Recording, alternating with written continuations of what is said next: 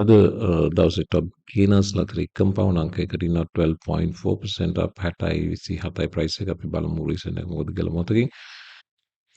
ඊළඟට මේක ඉන්නවා 3% up Leo 2.5 up Cosmos 2.5 up ආදී වශයෙන් gain කෙනෙකුට කැපී පෙනෙන්නේ compound ඊළඟට losers ලා අතරේ XCC 4% down near protocol 4% down පහළට 3s ගණනාවක් තියෙනවා.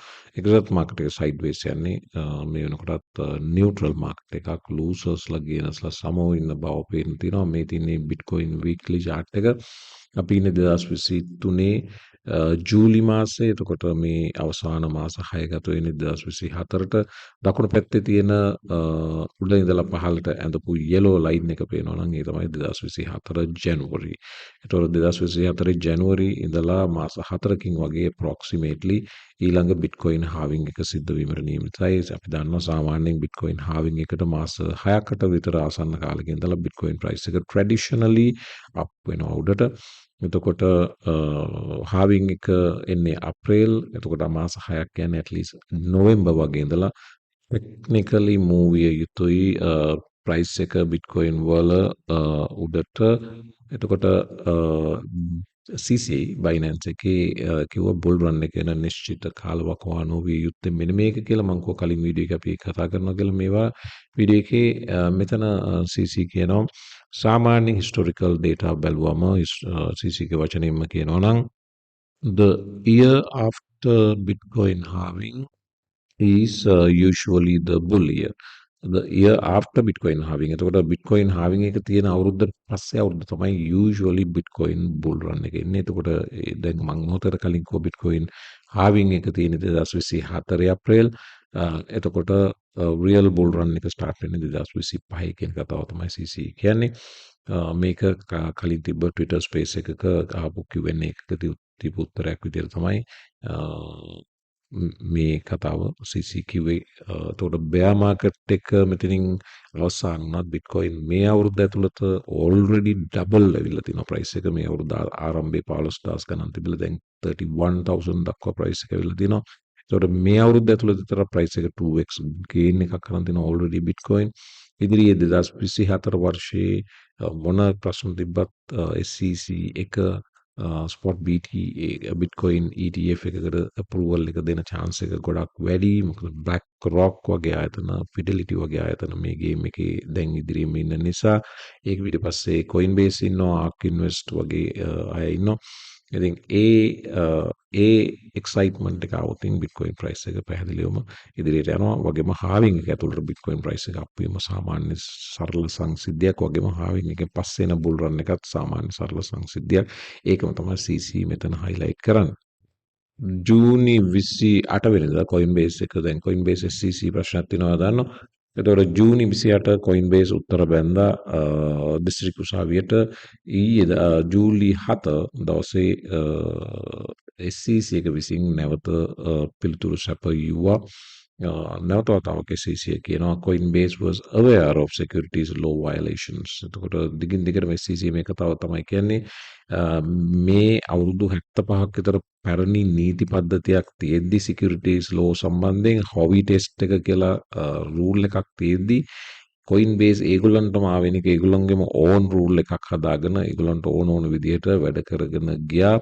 විතරක් නෙවෙයි මේ සම්බන්ධයෙන් Coinbase ආයතනය දැනගෙන හිටියා මේක පැහැදිලි violation එකක් ඒගොල්ලෝ කරන්නේ කියන බව අවධාරණය කරමින් විනිසුරුවරයාට මේ කරුණු දැක්වීම මේ ඊයේ දවසේ 7 ඊයේ දවසේ සිදු කළ බව වාර්තා වෙනවා. ඉතින් බලමු ඉදිරියේදී Coinbase සහ SEC මේක තව ක්‍රිප්ටෝ ස්පේස් එකේ තියෙන තවත් එක නඩුවක් විතරයි. ඉතින් SEC එක Ripple එක පැත්තකින් පැටලලා ඉන්නවා. Coinbase එක තව පැත්තකින් Kraken එක අනිත් පැත්තෙන්.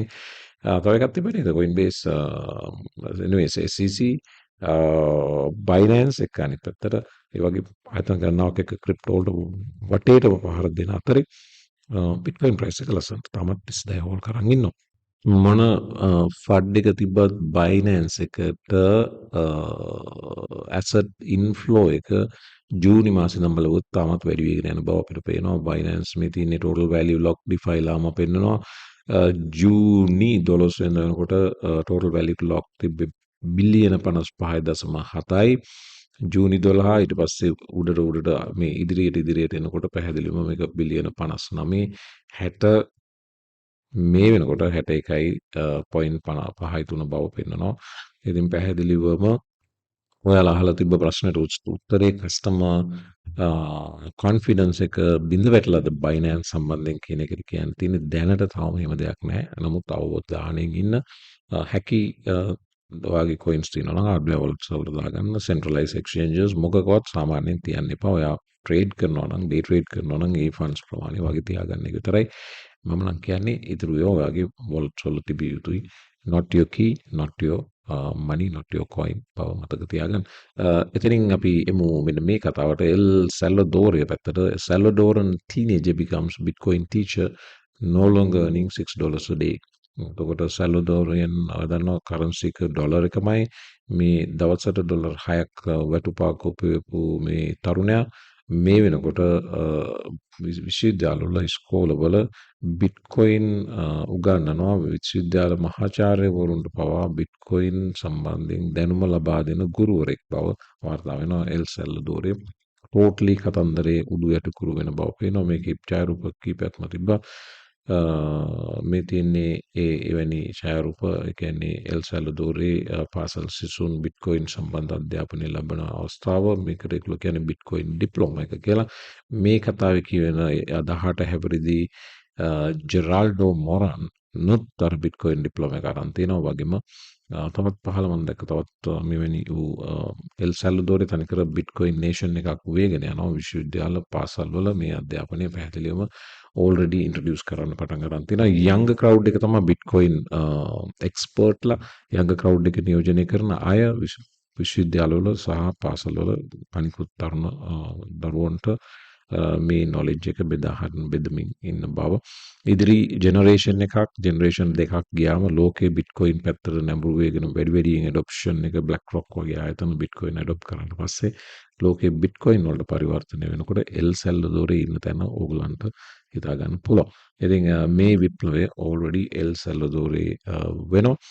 ඒ සම්බන්ධ අලුත්ම තොරතුරක් තමයි මේ චාට් එක මාර වැදගත් චාට් එකක්. ඒකයි මම අතරම පෙන්නන්න හිතුවේ Glassnode චාට් එක.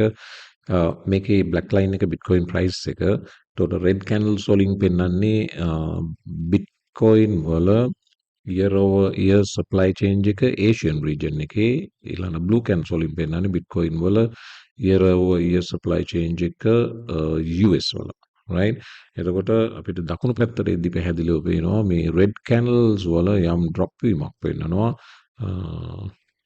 වගේම blue candles වල ඒ drop එක පහළට ආපු drop එක දැන් ඒක change වෙලා තියෙනවා. ඒකෙන් පෙන්නන්නේ මේකෙන් ඇත්තටම කියවෙන කතාව තමයි BlackRock Bitcoin ETF request එක දැම්මට පස්සේ ජූනි 15 වෙනිදා Bitcoin supply එක US entities විසින් US traders විසින් hold කරන් ඉන්න Bitcoin supply එකේ පැහැදිලි වැඩිවීමක් ප්‍රවණතාවයක් පෙන්වන බව තමයි මේකේ වාර්තාවෙන්. සාමාන්‍යයෙන් US region එක west එකයි east එකයි අතර මේකට තරඟයක් තියෙනවා.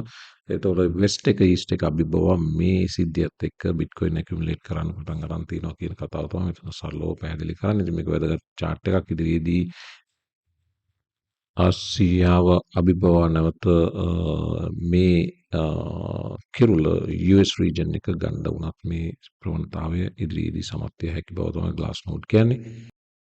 කම්පවුන්ඩ් සම්බන්ධව කතා කරා. මම කිව්වා කම්පවුන්ඩ් ප්‍රයිස් බවුන්ස් වෙන්න හේතුව මොකද කියලා කියන්නම් කියලා. ඒක තමයි කම්පවුන්ඩ් හිටපු CEO රොබර්ට් ලෙෂ්නර්. ඒක තමයි එයා තමයි ක්‍රියේටර් මේ කම්පවුන්ඩ් ෆයිනෑන්ස් ප්‍රොටෝකෝල් එකේ. රොබර්ට් ලෙෂ්නර් ආයතන ඉවත් වුණ බව වාර්තා වෙනවා. මේ අලුත් චේන්ජ් එකත් එක්ක කස්ටමර් කොන්ෆිඩන්ස් එක බිල්ඩ් වීමක් සිද්ධ වෙන බව පේන්න තියෙනවා. පසුගිය දවස්වල වෙච්ච ඩ්‍රොප් එකෙන් පස්සේ මෙවැනි වූ ප්‍රයිස් රිකවරි එකකට යන්න හේතුව තමයි ඒ.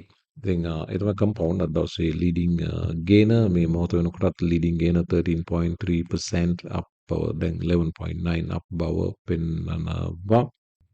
වගේම මේ තොරතුරු දිනා ෂෙයා කරන ග්‍රේස්කේල් කියනවා දන්න ලෝකේ ලොකුම ක්‍රිප්ටෝ ට්‍රස්ට් ෆන්ඩ් එක. ඒගොල්ලන්ගේ ට්‍රස්ට් ෆන්ඩ්ස් වලට ලයිඩෝ ඇඩ් කර බව ඒගොල්ලන්ගේ ඩිෆයි ට්‍රස් ෆන්ඩ් එකක් තියෙනවා.